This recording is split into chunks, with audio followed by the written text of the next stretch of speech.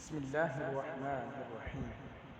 بہترین شخص وہ ہے کہ جو قرآن کو خود سیکھے اور دوسروں کو سکھائے۔ نبی کریم صلی اللہ تعالی علیہ وآلہ وسلم غزوہ احد کے شہیدوں کے تدفین کے وقت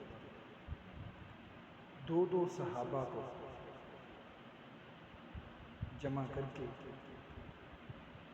اور ان کو ایک ہی کفن میں ایک ہی کپڑے میں جمع کرتے اور فرماتے کہ ان میں سے سب سے زیادہ قرآن پاک کس کو یاد ہے، تو جس کی طرف اشارہ کیا جاتا تو آقا صلی اللہ تعالی علیہ وآلہ وسلم اس کو پہلے دفن کرتے۔